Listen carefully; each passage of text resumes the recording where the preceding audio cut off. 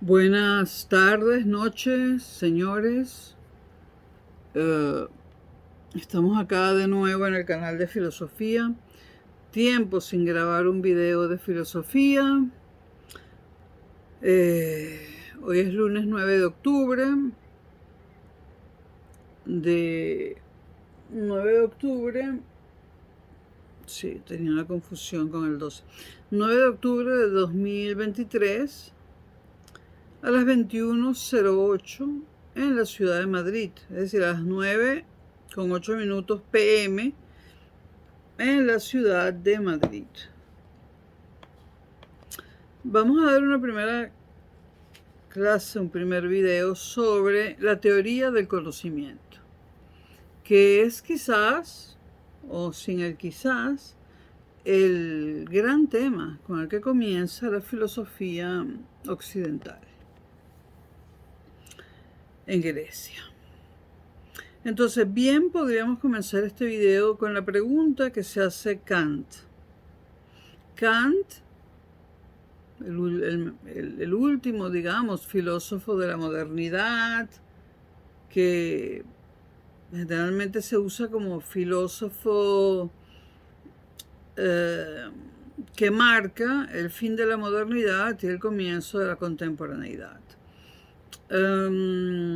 Kant se preguntaba, ¿qué podemos saber de qué?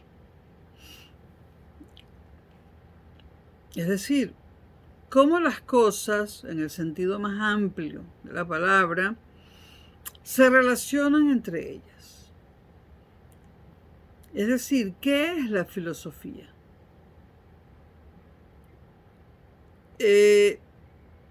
Y una respuesta bastante acertada es ir, o sea, el conocimiento es ir al nivel último de lo que se predica de algo.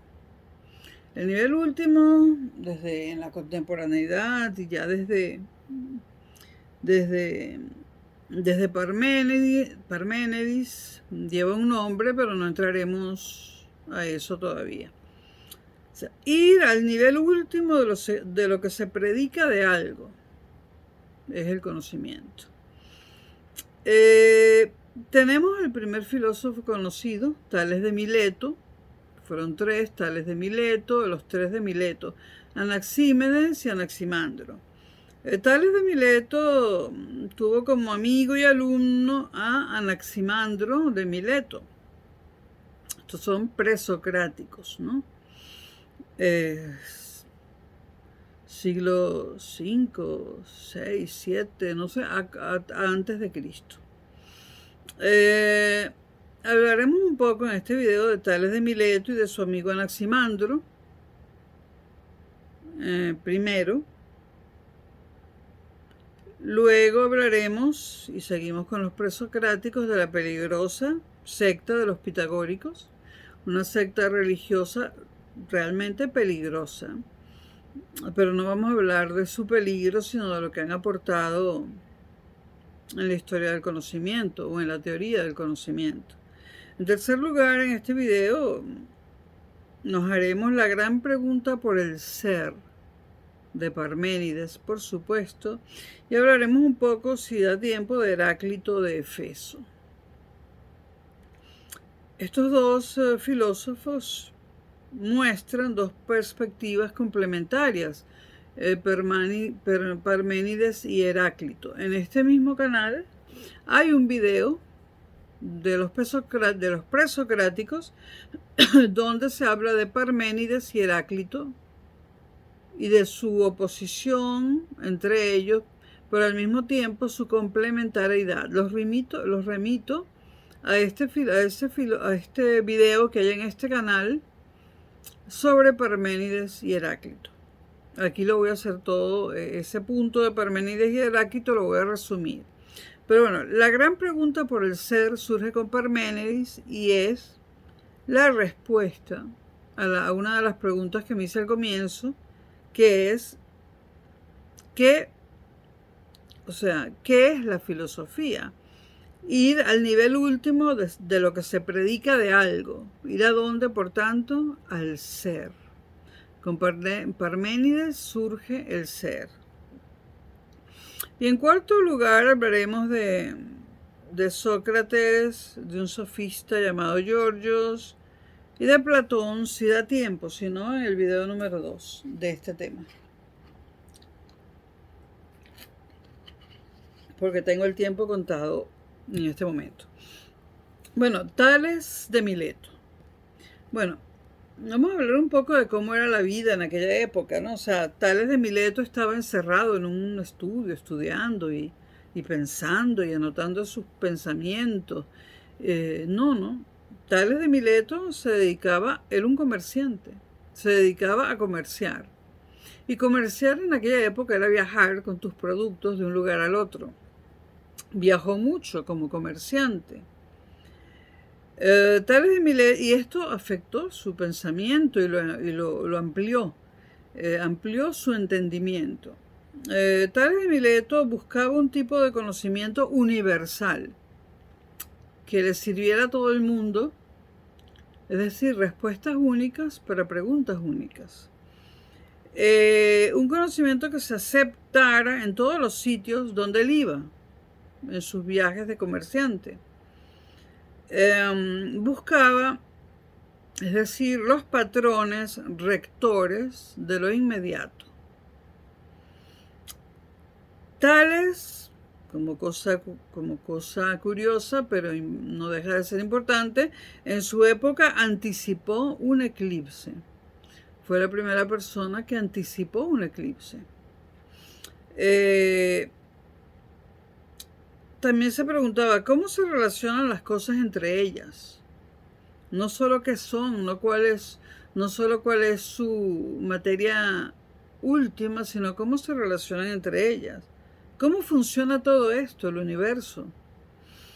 Tales se pregunta por movimientos celestes y por muchísimas otras cosas. Y repito, anticipó un eclipse. Entonces, la pregunta que Tales se hacía era, ¿cuál es la arjé de la fisis? Arjé, no lo voy a deletrear en griego, una palabra griega, sino en la traducción castellana, que es A-R-J-E, arjé. ¿Cuál es el arjé? Se preguntaba Tales, de la fisis. La fisis es la física, hoy en día, pero la física es la naturaleza, el mundo, el universo. En aquella época tenía un sentido mucho más amplio. La física era la física, pero era el universo, era todo. Entonces, cuando se preguntaba cuál es la arjé de la fisis, se preguntaba cuál es el principio que rige todo lo que existe.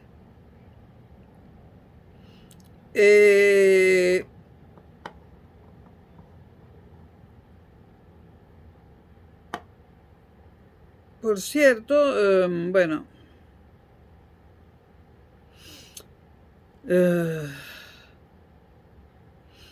hay otra palabra griega que tiene importancia en el estudio de este tema, que es la palabra kratos. En castellano lo estoy diciendo con K, kratos. ¿Kratos qué significa? Pues kratos es el poder que uno tiene, la capacidad que uno tiene. No por nada Superman nació en el planeta Krypton. Kratos fue la inspiración del creador de Superman para hacerlo nacer en Krypton. Bueno, Superman tiene poderes mayores a los nuestros, ¿no? Por lo menos físicamente. Kratos es el poder que uno tiene y la capacidad que uno tiene, es decir, es parte de lo que uno es.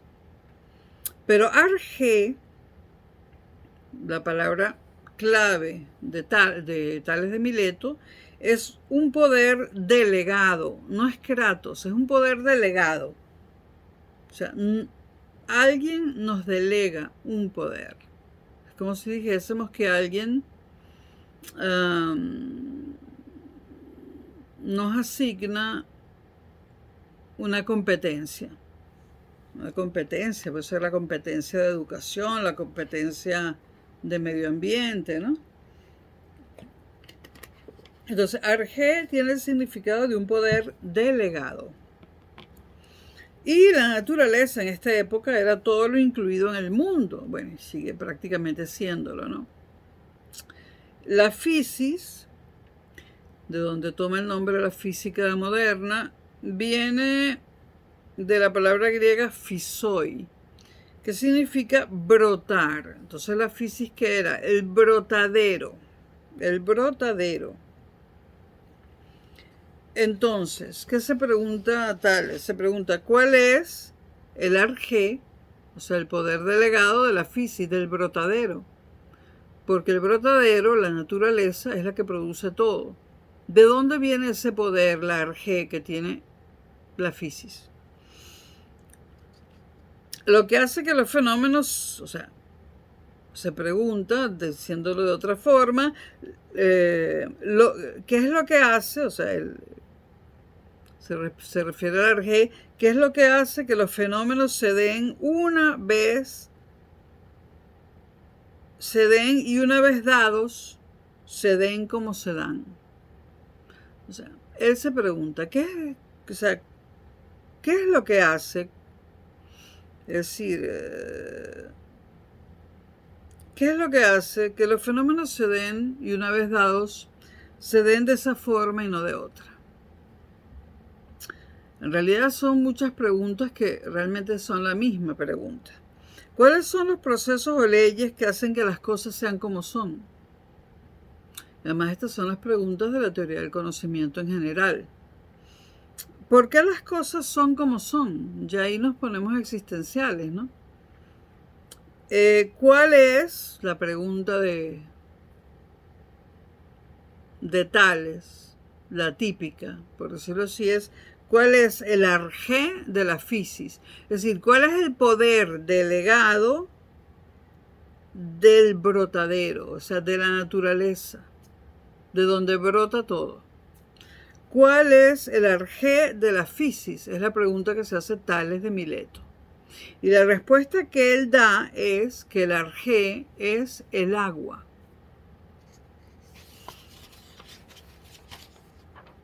Esto también está en los 7, creo que son 7 videos de los presocráticos que inauguran este canal. Entonces, el agua, para Tales, como componente de todo lo vivo. Estamos antes de Cristo. Todavía no han nacido ni Sócrates, ni Platón, ni Aristóteles. Bueno, no hay computadoras, no hay nada. O sea, y él ve agua por todas partes. Nuestro cuerpo es pura agua, bueno, el 70%, algo así. Él ve agua por todas partes y entonces concluye que el agua es el componente de todo lo vivo. Ojo, lo vivo. Dice, porque nada brota de lo que está completamente muerto. Sí. O por lo menos en aquella época sí, sería otra pregunta para molernos la cabeza, ¿no? Nada brota de lo que está completamente muerto. Pero todo lo que está vivo tiene como componente, en alguna medida, el agua. Por lo tanto, para Tales, el arjé es el agua. Tales de Mileto tenía como discípulo y amigo a Anaximandro de Mileto. Y Anaximandro tenía 2 misiones. La primera, preservar el pensamiento del maestro, de Tales. Y la segunda, la polémica, el enfrentamiento. La polémica no vista como algo negativo, sino como algo necesario para generar conocimiento. El toma y da, o sea, lo que los ingenieros llamamos aproximarse por acierto y error. Entonces, preservar el pensamiento del maestro y en segundo lugar la polémica, es decir, cuestionárselo, analizarlo, cuestionárselo, dar alternativas, etc. La filosofía va a hacer reflexiones críticas. no de enfrentamientos al uso, o sea, no se imaginen a dos políticos gritándose, ¿no?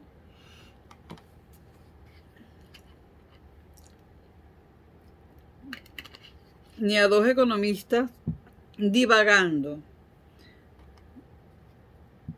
La filosofía va a hacer reflexiones críticas, obviamente. Sin la crítica no hay filosofía.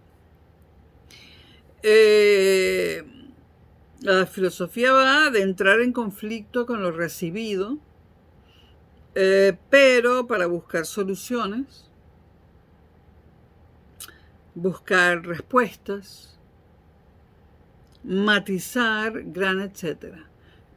La filosofía no se le puede hacer violencia. Eso es un delito, un crimen, hacerle violencia a la filosofía.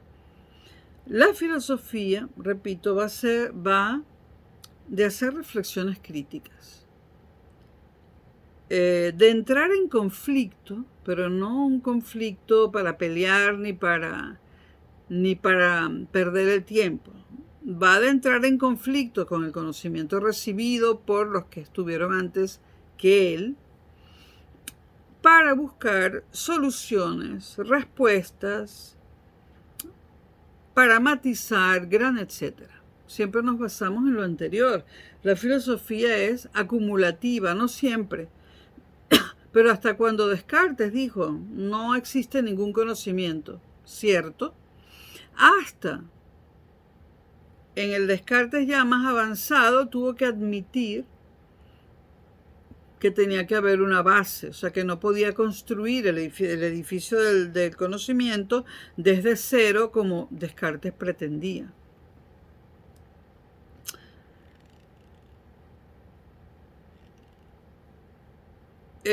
La recepción no crítica no es pensamiento, es repetición, es dogma. Y los dogmas no nos deberían gustar. Un dogma, ¿qué es un dogma? Lo que te dice eso es así y punto, y no hay discusión. Entonces, la recepción no crítica no es pensamiento, es repetición y es dogma, y no es filosofía, por supuesto. ¿Qué plantea Anaximandro, el discípulo de Tales? Plantea que el cielo es como un telón en el que han hecho huecos. Puede dar risa, pero él dice que el cielo es como un telón donde han hecho huecos. Y por allí se va. Ahora, repito, en este mismo canal, porque no puedo seguir con Anaximandro, porque esto es teoría del conocimiento, en este mismo canal los primeros videos hablan de todos los presocráticos uno por uno.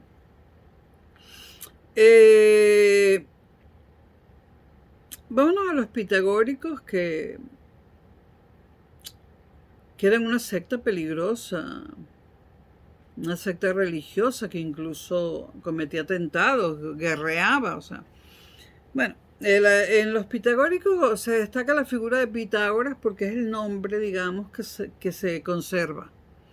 Pero no sabemos, nunca sabremos exactamente qué hizo Pitágoras, o sea, qué creó Pitágoras o cuál es la obra de Pitágoras o si esa obra le pertenece a algún otro de los pitagóricos. Ellos trabajaban conjuntamente y por comodidad uno le achaca todo a Pitágoras, pero decir Pitágoras es decir un grupo, todos ellos.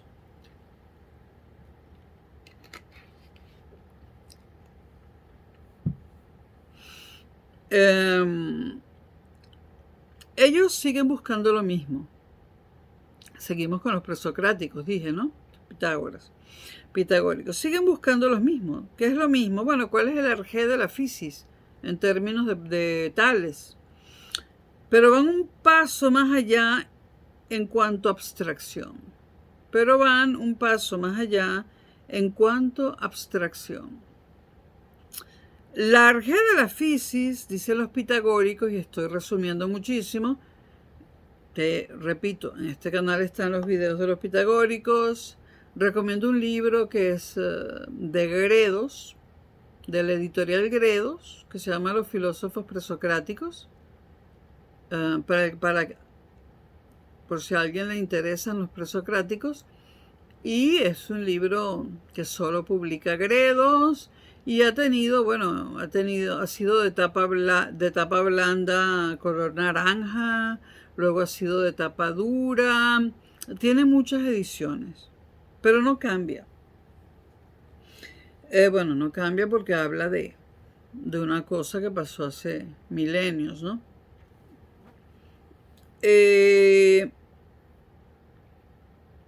Entonces, los pitagóricos siguen buscando el arjé de la fisis, en términos de Platón, pero van un paso más allá en abstracción, como dije. Y dicen que el arjé de la fisis, claro que esto viene después de un gran razonamiento, ¿no? Pero lo voy a dar así. Dicen que el arjé de la fisis son los números. Evidentemente, entre el agua y los números hay un grado importante de abstracción. El agua no es abstracta, los números sí. Si el mundo opera como opera, dicen los pitagóricos, es porque está organizado numéricamente. Bueno, se encontraron en la naturaleza numerosas relaciones numéricas, ¿no? La relación entre la circunferencia y el diámetro, que da el número pi, el mismísimo teorema de Pitágoras. Se sabe que sabían de matemáticas porque, por ejemplo, el Partenón, la base rectangular del Partenón es un rectángulo, y si el lado de ese rectángulo vale A, el lado más pequeño, pues el lado más largo vale A por raíz de 2. Es decir, en ese rectángulo, el lado más pequeño, o sea, el lado más grande del rectángulo es el valor del lado más pequeño por raíz de 2. En este momento no recuerdo cuál es la longitud, ¿no? Por lo tanto, si aplicamos el teorema de Pitágoras, la diagonal de la planta del Partenón sería la raíz de a al cuadrado más 2a cuadrado, es decir, la raíz de 3a cuadrado. Es decir, la raíz de 3 por a. Hay una raíz de 3 en la diagonal del Partenón y hay una raíz de 2 en el lado más largo de la planta del Partenón.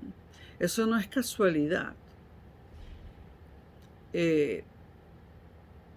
Tenían conocimientos. Los pitagóricos o Pitágoras se dan cuenta de que todas las cuestiones físicas son matematizables. Y esto es en todas partes y en todas las cosas. Además, estas matemáticas no dejan de arrojarnos a la cara regularidades, patrones o, la palabra que más se usa para esto, ratios. Digo la palabra que más se usa en filosofía antigua para esto, ratios. Encuentran patrones, ratios, y esto les llama la atención. Entonces dicen que el mundo está constituido y ordenado con ratios. Y lo llaman racionalismos. Racionalismos.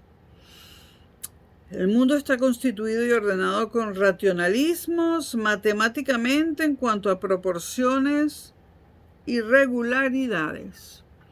Ese es el aporte, grosso modo, de los pitagóricos.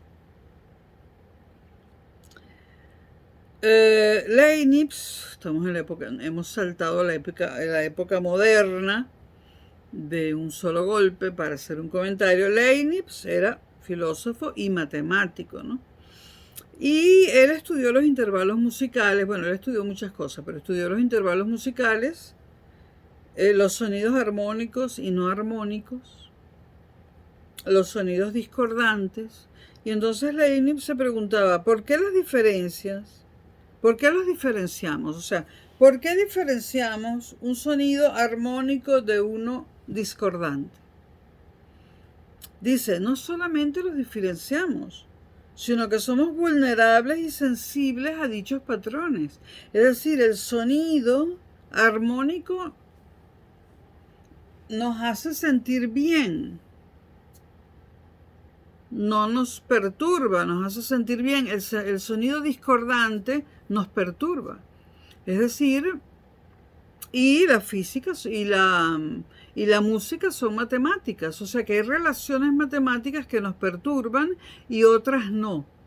Esto es un gran aporte de Leibniz, ¿no? Y lo que pasa es que no me quiero, porque ha habido movimientos musicales en el siglo XX y XXI y hasta finales del XIX, bueno, que han pretendido que disfrutemos de lo discordante. Por ejemplo, Erik Satie o Satie. No me molesta particularmente, ¿no? Pero alguna gente se molesta mucho de estos nuevos músicos cultos, entre comillas, que, bueno, que elaboran a propósito partituras discordantes. Pero hay mucho trabajo también en eso, no es tampoco al azar. Esto era para hacer un comentario sobre Leibniz, para indicar que somos vulnerables a los patrones que crean las matemáticas, puesto que el sonido discordante creado por una partitura, y las partituras son matemáticas, nos agrede y el sonido armónico no nos agrede. Es decir, que esa matematización del mundo nos puede hacer bien o mal cuando la percibimos con los sentidos. No es poca cosa descubrir eso. Y otro pequeño paréntesis para hablar de Newton. Newton, para el que no lo sabe, y es raro, ¿no? Esto es profundamente religioso. A mí me parece raro, siempre me ha parecido muy raro que Newton sea profundamente religioso, haya sido, perdón, pero lo era. Y hay que tenerlo en cuenta cuando se lee la obra de Newton, matemático y filósofo. Para Newton el mundo opera con una racionalidad y punto, ¿no? Entonces uno se pregunta, ¿está hablando Newton de una deidad matemática? Es decir, está hablando de un dios, de una divinidad matemática, dado que era profundamente religioso. Este era un paréntesis para mencionar a Newton, y es que lo que descubren los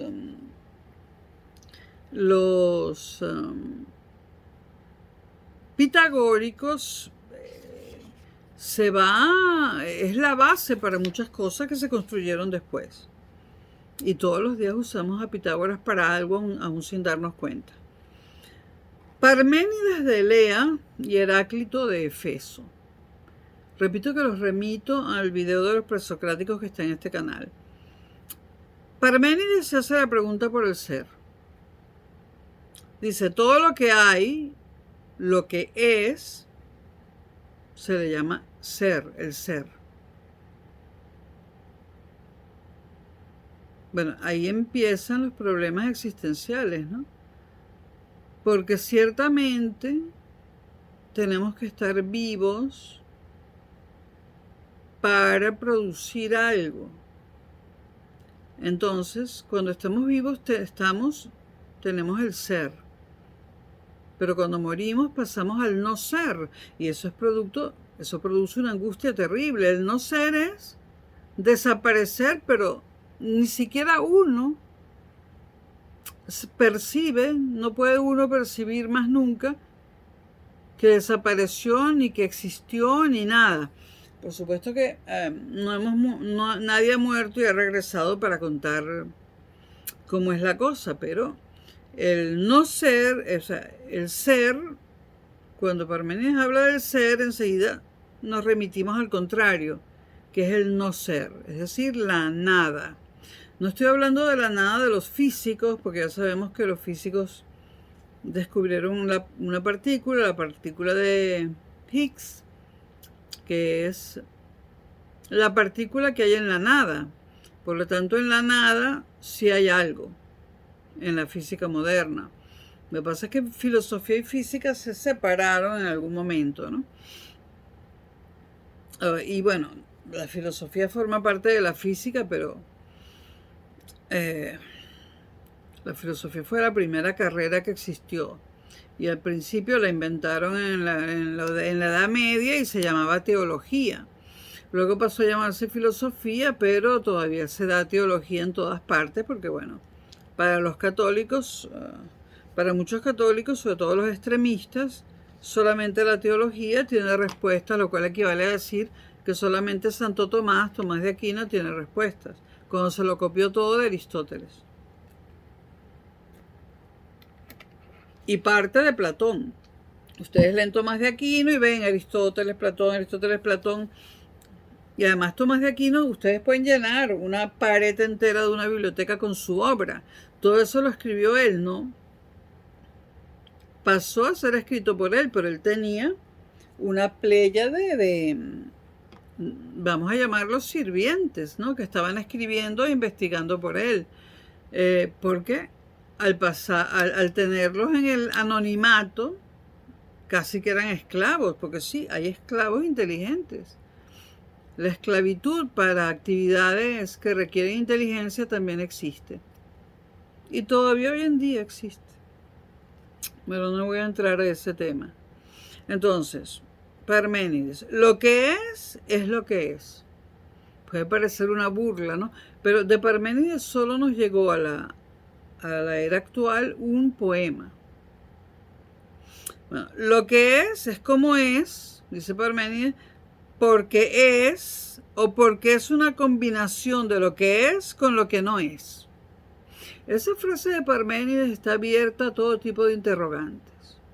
Se puede pasar uno la vida entera pensando en esa frase. La repito, dice Parménides, lo que es como es, porque es o porque es una combinación de lo que es con lo que no es.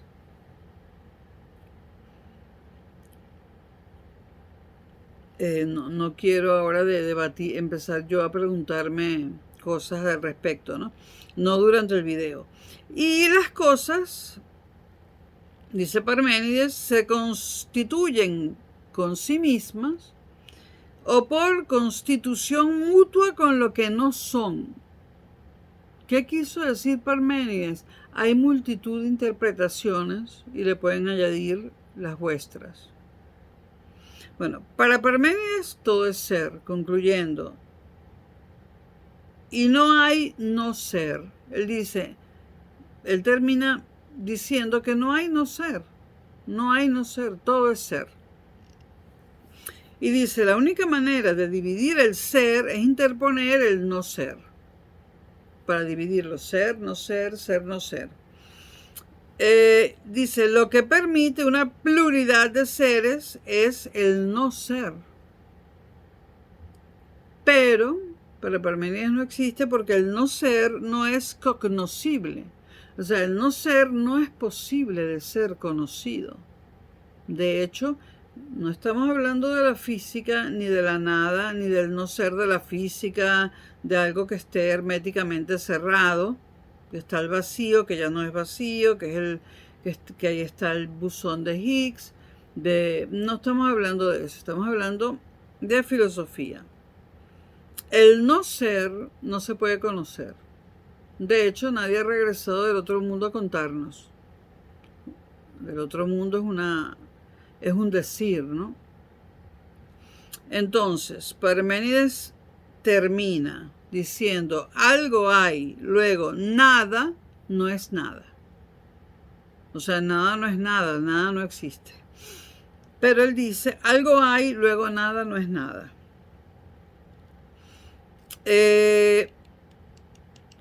Heidegger, por hacer otro comentario, en este caso, en el caso anterior, cuando mencioné a Leibniz y a Newton, me fui a la modernidad. ahora me vengo a la contemporaneidad. Heidegger decía que la nada nadea, que la nada produce cosas, tiene efectos. Habría que, y Heidegger es un filósofo muy difícil, habría que meterse en su obra principal, Ser y Tiempo, para poder discutir esto con propiedad. Ser y Tiempo es una obra sumamente difícil de leer, porque Heidegger es que inventó sus propias palabras y además en alemán, que es un idioma, el único idioma moderno que declina, lo cual hace que la cosa sea difícil, ¿no? Chillida, el escultor, en sus obras trató de hacer o trata de hacer una coordinación entre algo y la nada. Creo que todo el mundo que me escucha ha visto alguna obra de Chillida, si no en persona, en alguna ilustración, y ciertamente él hace una especie de coordinación entre la nada y el algo. Pero claro, el algo es donde hay material físico y la nada es donde hay un hueco, ¿no? Pero lo hizo aposta, lo hizo como un planteamiento filosófico en forma, digamos, de artes plásticas. Ahora, la pregunta por el ser no es clausurable. No es clausurable porque nunca, nunca dejaremos de preguntarnos qué coño de verdad es el ser. Podemos incluso mudarnos de galaxia y no lo sabremos, porque vamos a estar claros, todo el conocimiento existente es conocimiento humano.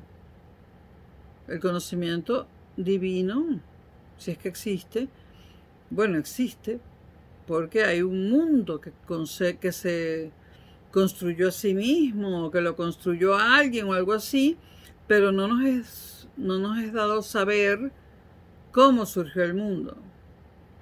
Y esto del Big Bang son charlatanerías, ¿no? O sea, eso no explica de dónde salió el mundo. Nosotros nos estamos haciendo una pregunta mucho más profunda. O sea, que haya algo que explote y se forme un mundo y un montón de cosas, no clausura la pregunta por el ser. Porque la pregunta por el ser es, ¿quién o qué hizo todo eso y por qué? Y ¿por qué hay algo y no hay nada? Que es una pregunta que se hacen muchas veces los niños. ¿Por qué hay algo y no hay nada? O a veces los niños se preguntan, ¿dónde estaba yo antes de nacer? Luego los niños crecen y se dejan de preguntar esas cosas, pero las preguntas filosóficas, quienes se las plantean, o sea, la gente se las plantea por primera vez, generalmente cuando es un niño o una niña. Bueno, repito y muy importante, la pregunta por el ser no es clausurable. Heráclito. Bueno, hay que olvidar un poco de esa repetidera de que Heráclito dijo que el río que vemos no es siempre el mismo río. Olvídense un poco de esa tontería y Heráclito, si el ser es como es, dice Heráclito, es por esta unión productiva de opuestos. Él habla de una unión productiva de opuestos.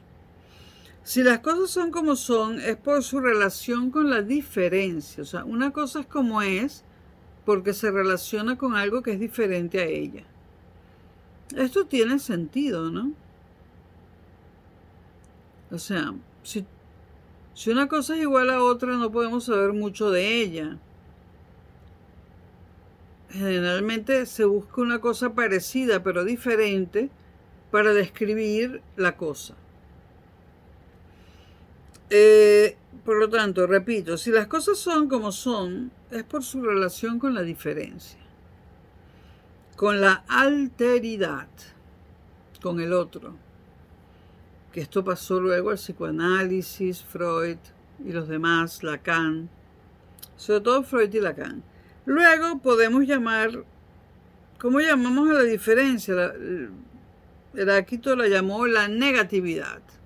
Una cosa es lo que es en relación con la negatividad o con su negatividad. Es decir, la cosa es positiva y se relaciona con su parte negativa.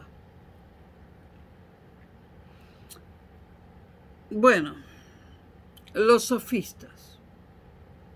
Bueno, los sofistas decían que como no podemos estar seguros de todo, no podemos estar seguros de nada.